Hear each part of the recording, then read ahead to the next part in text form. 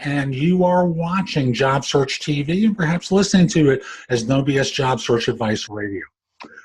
I'd like to spend some time regularly talking with you about job hunting because, frankly, to me, it doesn't have to be hard, difficult, painful, or take a long time. The skills needed to find a job are different than those needed to do a job. And you may have noticed I'm starting to bring in some experts in different areas to talk with you about different elements of the job search. And in this case, it's career transition. So you may never have seen his face before, but Scott Anthony Barlow of the Happen to Your Career podcast and happentoyourcareer.com is my guest for what will be the first, well, it's going to be 2 parts that I do with him about career transition. Scott, welcome. Thank you very much. I'm thrilled to pieces to be here. Thank you. Did I describe you pretty well there? Yeah, absolutely. Right on. Thank you. Ooh, right on. It brings me right back to the 60s. So when I was looking at your bio, you have an interesting background that brings you to this point. And the thing that I saw that was, my eyes just zeroed in on it, was the fact that you yourself have had, shall we politely say, a career failure along the way, where you realized you were barking up the wrong tree, needed to get out and, shall we say, skinned your knees professionally. Yes, I would say it many times over. How did you go from there to here? And how long have you been in here? That's a great question. And the first big time, I would say, and I think the one that you're referring to, that I skinned my knees, and it was more like a full-fledged face first on the ground type after a sprint, rather than just skinned knees, was one of my first professional roles. And this is when, I dragged my brand new bride, Alyssa, down to Portland, Oregon, and moved her down there because I had what most people would consider to be a pretty great opportunity. I wasn't that far out of college, and they were paying me pretty well to manage a team of 20 and all kinds of great things. And my friends and family are telling me how great of an opportunity this was. And I got in there and realized it might be great for some people, but it was a pretty terrible fit for me, right? And to the point where it was causing me health issues. I gained literally 50 pounds. Ooh. And yeah, it was that bad. I remember one day, even, here's why I gained 50 pounds, because I was working 70 to 80 hour weeks and stressed out the entire time, not getting to see my brand new bride. And I ended up actually, one day I remember looking at the restaurant next door and they had amazing Huckleberry Shakes. But I went over, ordered this massive Huckleberry Shake, like 3 cheeseburgers, a set of fries, because this is how bad it was. In my head, I was justifying that if I could make myself sick, at least I could go home for the day and have an excuse to get away so that I could just have a break. Like that is, I know that doesn't make any sense. And clearly it was unhealthy, but that's how bad it was. And that's how little it lined up with what was going to create a great situation for me. So at some point, after about a year into this, yes, it took me a full year. And I realized, look, I got to do something about this. I can't just keep like going next door and buying Huckleberry Shakes, right? And I ended up going and having a conversation with my boss. I finally got up the courage and said, hey, I'm not sure if this job is a great fit for me. And apparently he thought so too, because 3 weeks later, he fired me. Very considerate of him. Yeah. Because if you weren't going to go of your own volition, he was going to make sure that you did. Yes. It was you're reading very well into it there. Not only was it a bad fit for me, because it was such a bad fit, I was not performing to my capability at all. My boss recognized that. And what sounds like a pretty terrible situation, and it was a pretty terrible situation, honestly, was probably one of the best gifts that my boss could have given me at the time, even though it felt horrific yeah. So that's what was the kickoff or the impetus. Because after that, I remember driving home in Portland, Oregon. So it's raining and I had to call my wife, my brand new bride, and tell her that, look, I know I moved you down here away from your family, but I don't even have a job anymore to like justify this. So that was the point in time where I swore I would never, ever, ever do this in the same way again. Is my memory correct that you eventually started working in HR, or is my memory faulty? I did. I was working in operations at the time. It was a role in operations, and I was what they would consider like a regional manager for all intents and purposes in that role.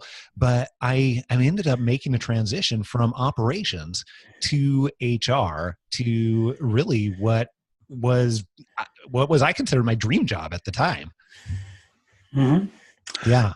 And folks, our show today, this first one is going to be about finding the career that fits you. Because for those of you who are unhappy doing the work that you do, it's so important, at least in my thinking, and I suspect in Scott's as well, to not just simply take a job, with all that awful template of a job and work. Life is too short. And in case you haven't noticed, this face is not 24 anymore. And you start to realize that a lifetime isn't a long time. And if you're going to spend as much time as you are at work, better be doing something that interests you. Better be doing something that you really enjoy. So how did you start off, and how do you help people start off finding that job that really fits them, finding the career that really fits them? Where does this all begin? Yeah. And this is such a great question too, because you have done such a great job giving people tools and resources for the job search. And what I also have found over the years, and I think what you're alluding to as well, is that if you're doing a great job searching, but you're going after the thing that doesn't actually fit you, then it's kind of all for naught, right? I know for myself, I worked in search for more than 40 years. And Yeah. after a while, the realization hit that this wasn't what I wanted to do. And my story involves a point where I went back to grad school to get an MSW to become a therapist in private practice. And I had the good fortune of meeting my wife there, which in my way of thinking, because we were, I was an older individual at that point, we were going to do the house, the kid, and the what have you. I put that transition on hold and really came back to it a few years ago, not as a therapist, but as a coach, leveraging all the experiences and all the training I have to go into this line of work. Now, I think to you in the work that you do, doing a career transition starts off with, how do you figure this out? Yeah. How do you go about this process? Because people have a million ideas, and then they become paralyzed not knowing what to do first. Where do they start? Well, this is such a great question. In fact, I would say it is the question. And to give you some context here, when we help somebody through this type of process, it is not necessarily I spend an hour over a weekend and I pop out on the other side and it's clear as day that I should be working as an HR VP. Woohoo! Right? You and I both know that it doesn't work that way. No. When we help somebody through it, we find that we usually will work with them over a period of like 2 to 4 months to arrive at some of those answers. And I say answers because often the big question of what should I be doing, how should I be spending my time, is really what we find a series of many other questions. So let me give you an example in what we call the puzzle method that helps guide people through how to even think about this process and how to think about this massive question of what should I be doing next, or what should I be doing with my time in a way that I really want to, and lines up and is much more fulfilling, more purposeful, and all of the other things, right? So my son, and for anybody that's ever put together a puzzle, you probably have thought about some of these pieces. But my son, when he was first learning to put together puzzles, he was doing what most little kids do when they put together puzzles, and they like grab a piece on one side and grab another random piece. And yeah, exactly. Like they're holding their hands and they're like jam them together and realize that they don't fit. And yeah, exactly. Throw it back over the shoulder, grab another piece. So in this case, my son was making little noises and he's like, and it's not working at all. He's getting pretty frustrated by the process. So I went over, sat down next to him and showed him what most people figure out when you put together a puzzle. You start with the corner pieces, because there's not too many of them. On a rectangular puzzle, there's only 4 of them, right?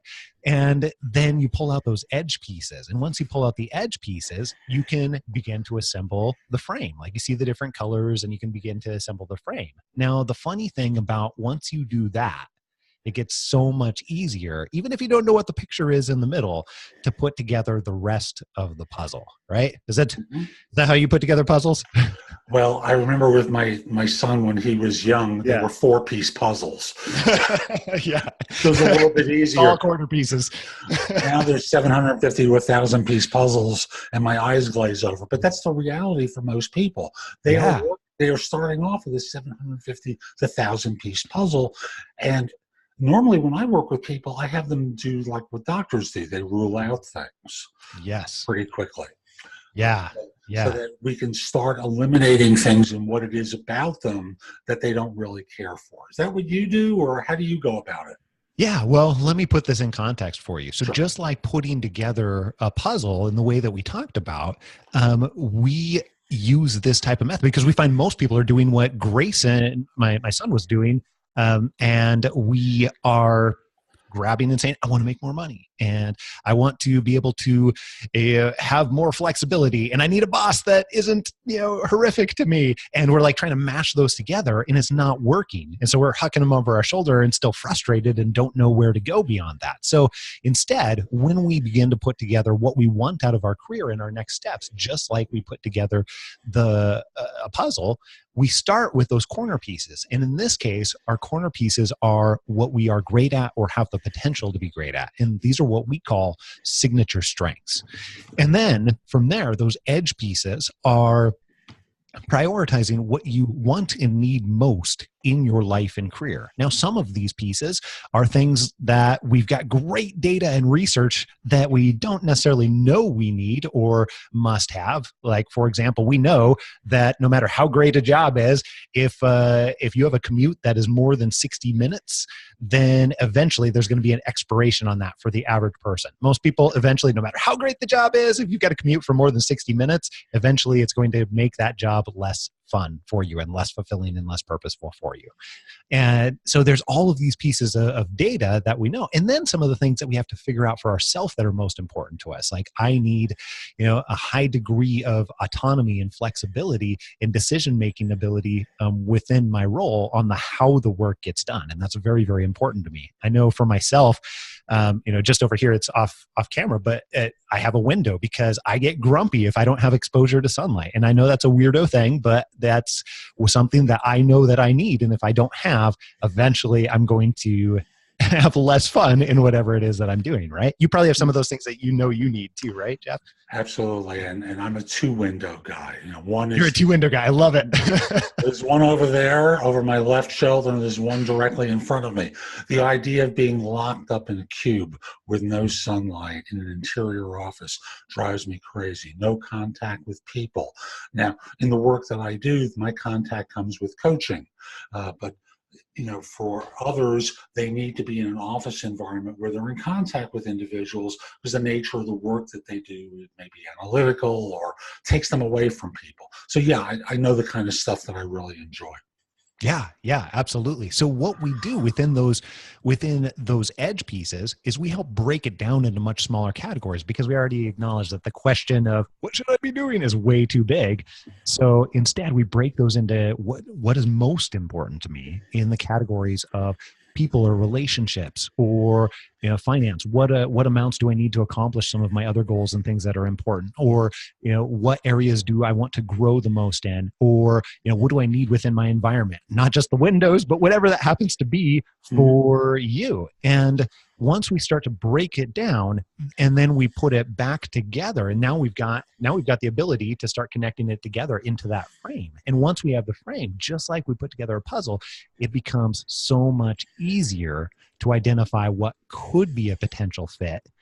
And as you said earlier too, to rule out a huge amount of stuff that is going to become obvious that is not going to fit. And then go ahead. I was about to say, one of the things I ask is what's most important in the next job or organization?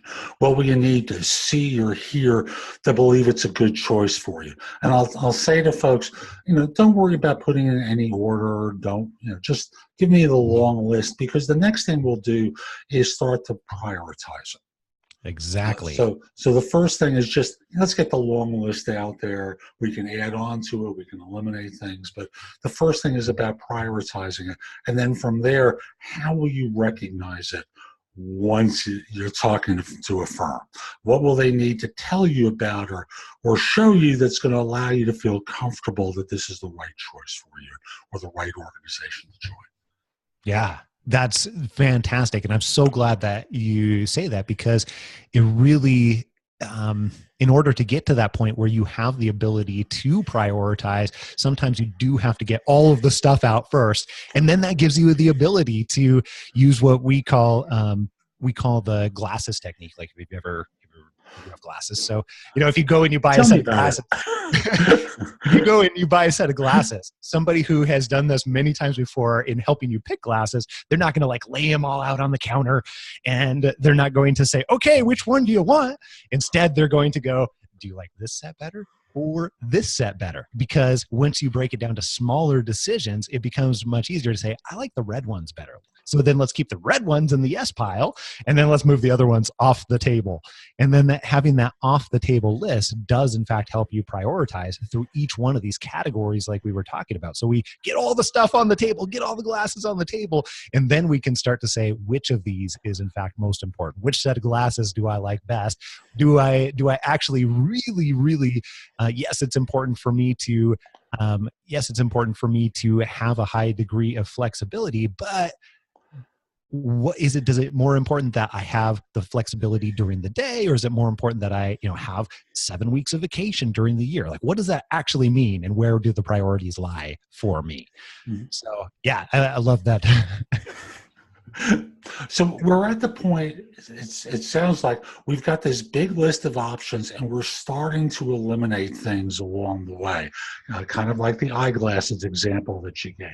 Yep. And how many options do you start ruling or eliminating out, or how many options do you try to get to in order to begin this process of actually going deeper to find out what it's really like in the field?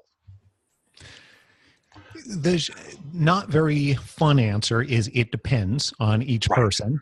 However, let me give you a more fun answer that may be more helpful in our context today, and say that initially what we do after we've made all these decisions, we put them into a tool that we call an ideal career profile, like literally a profile of what your ideal career is that isn't necessarily attached to a specific job title or isn't necessarily attached to a specific industry.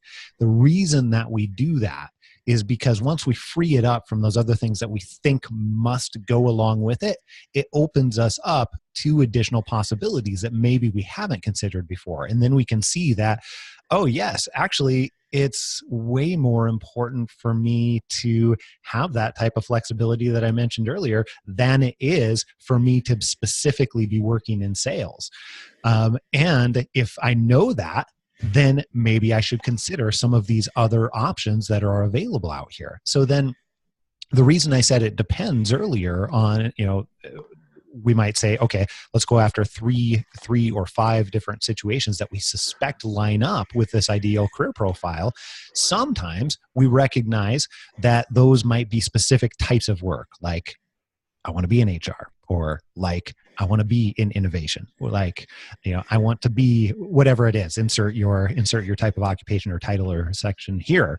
But more often than that, we realize that what's far more important than the specific type of work is those environmental pieces, or those cultural pieces, or those things that might be dictated on a company by company basis or organization by organization basis instead of simply an occupation. And we also know that, like, what is in an HR generalist role in one company is drastically different. It might not even look even remotely close to the same in another organization. So there's that factor too. And that's the other reason why we look at it. And you said something that I think folks need to hear, and that is environments tend to win.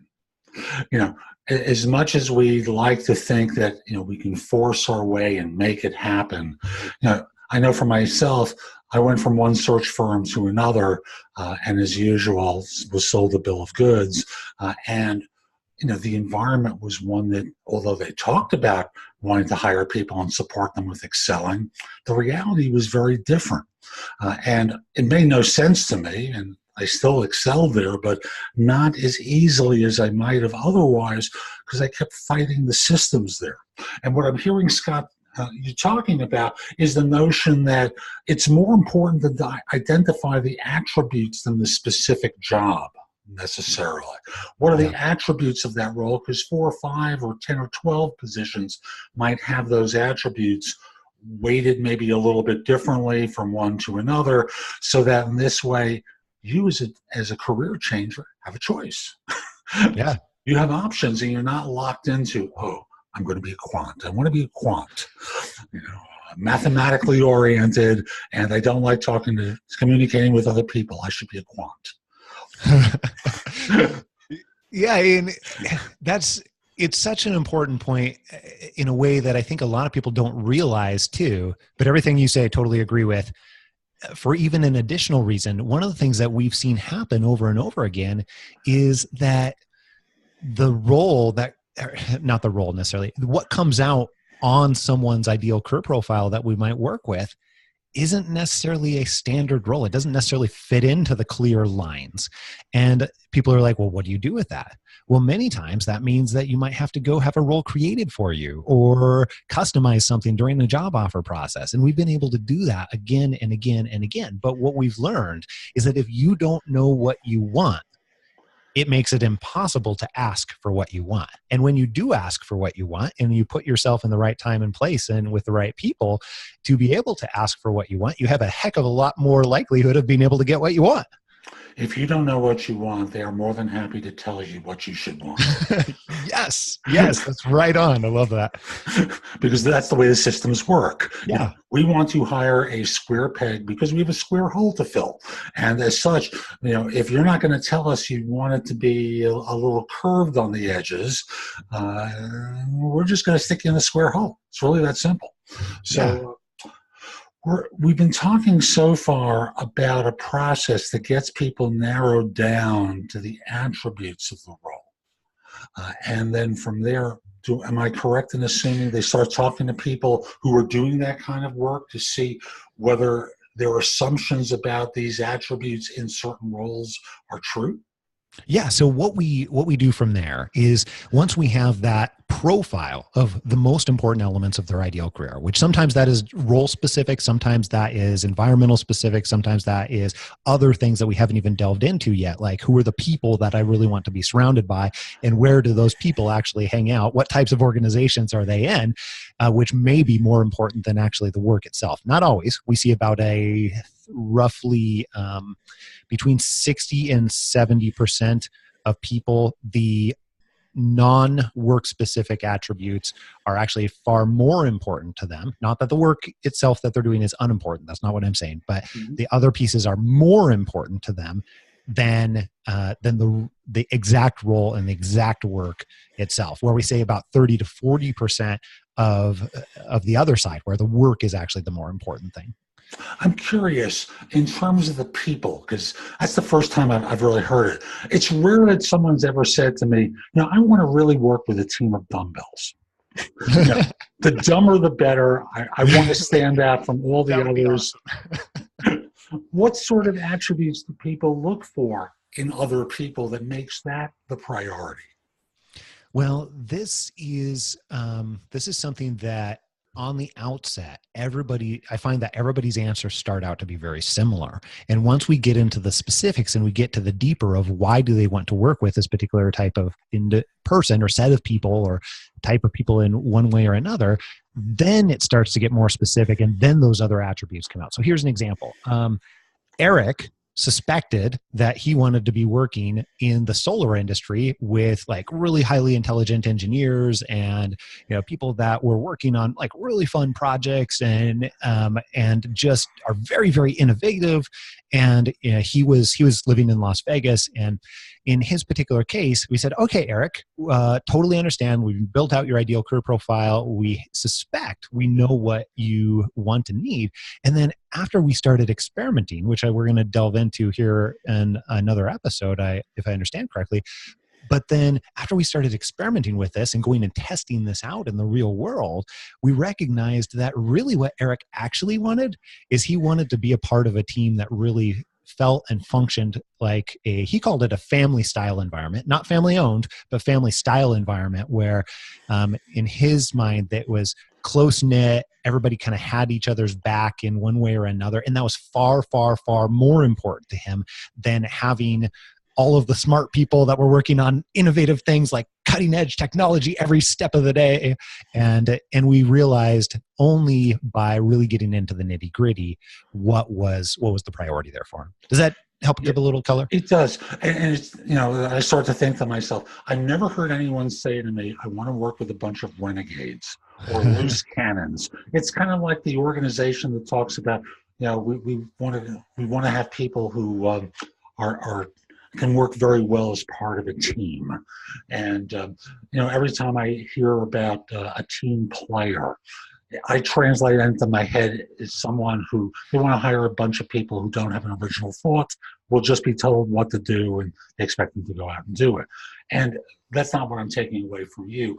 I'm hearing you talk about a legitimate attribute to a group of people and what it would be like working there with them. In this case, I kind of interpret it as a collaborative environment where people genuinely care for one another. Yeah, in that particular case, and he had a really specific, once we really evaluated, he had a really specific set of definitions around what that meant to him. That was drastically different than my definition or the next person's.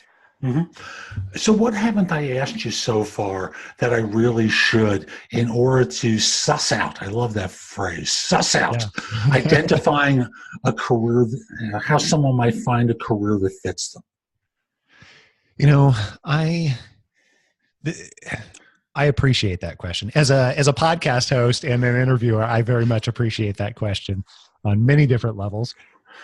But I really think that the thing that I wish I would have known, and the thing that many people don't ask, but I think that they should know, is when you're embarking on trying to identify what really does create a not just ideal career, but since your career impacts your life in so many different ways, really you're talking about your ideal life and as it relates to your career. When you're going about that, it is always more difficult. I've yet to find somebody that we've worked with or that has gone through any type of version of this on their own. But I was like, oh yeah, that's way easier than what I thought. Way easier. Like I took care of that in a weekend. Boom, done, over with. No, it is more difficult than what people think, but also it's an ongoing evolution. And the perception that I think a lot of people have in their mind is, look, I'm going to lock myself in a closet. I'm going to figure out, or I'm going to take some time off or something like that, or take a little bit of a vacation, and I'm going to go away and I'm going to figure this out. And then I'm going to come back and life is going to be good and I'm going to have all the answers. And that's not how it happens. It becomes an evolution as you develop your ideal career profile, or as you develop that idea of what it is that you really want. It's going to change. What I wanted before I had children and what I want now are very different. And that's okay. And there's nothing wrong with that. And the sooner that you can learn the skills behind identifying what you want and turning that into a reality, and that's going to serve you well, not just for this next change, but also for the entire rest of your life, because it is an ongoing, continual evolution. And the one thing I'll conclude before bringing it back to you, Scott, is folks, you can do this by yourself, but it's a lot easier to do with support. Because I know in American culture, the desire to figure it out by yourself and to tough it out is so ingrained in the culture, and you can do it more easily. Why do you have to be battling? Oh, I've got so many distractions. Somehow or other, my coaching clients always tell me when they see my name on the calendar in the next 2 days, they start pulling things together for the meeting. And the same can be true of you too. Rather than trying to fight it, rather than trying to force yourself to do something, make it easier. And unfortunately, your friends, your colleagues, your boss, your wife, husband, or partner, as well-meaning as they are, aren't as skilled as someone like Scott or I might be. So I'll just simply say, get some help. Don't try and figure this all out on your own. So thank you for allowing me to do that. Scott, how can people find out more about you? The easiest way is to go to happentoyourcareer.com. Or, you know what, if you want to get a head start on this, if you're in the position where like this is hitting you right at the right time and you're like, yeah, I need to figure out what I really want so that I can use all the good stuff that Jeff has put out there about how to go through the job search and make that much more effective, then one thing you can do is we actually have an 8-day mini course that gets you started in identifying some of the most important pieces to think about and decide for yourself. And you can do that where you'll get just an email each day that guides you through a specific exercise. It's at figureitout.co. That's figureitout.co. And that 8-day mini course will give you one exercise each day. Jeff, I think you had told me that you'd actually checked this out. I was curious about you. Yeah. Before, Which is awesome. I want to make sure that there's nothing weird about someone I bring onto the show. I appreciate that. I took it a while ago, and folks, it's fabulous. It's good basic stuff, and you're going to need more. You're going to need more. So, a good launch point for you. So, I'll have a link to that in the show notes. Scott, thank you. And folks, we'll be back soon with part 2 of this, where we start looking at designing career experiments so that you don't wind up just leaping from a frying pan into a barbecue pit. I'm Jeff Altman, the Big Game Hunter. If you're interested in connecting with me, find me on LinkedIn at linkedin.com/IN/the Big Game Hunter. Mention that you saw the video. Mention that you listened to the podcast. I like knowing that I'm helping some folks. Once we're connected, you can message me. We'll set up a time for a free discovery call. Hope you have a great day. Take care.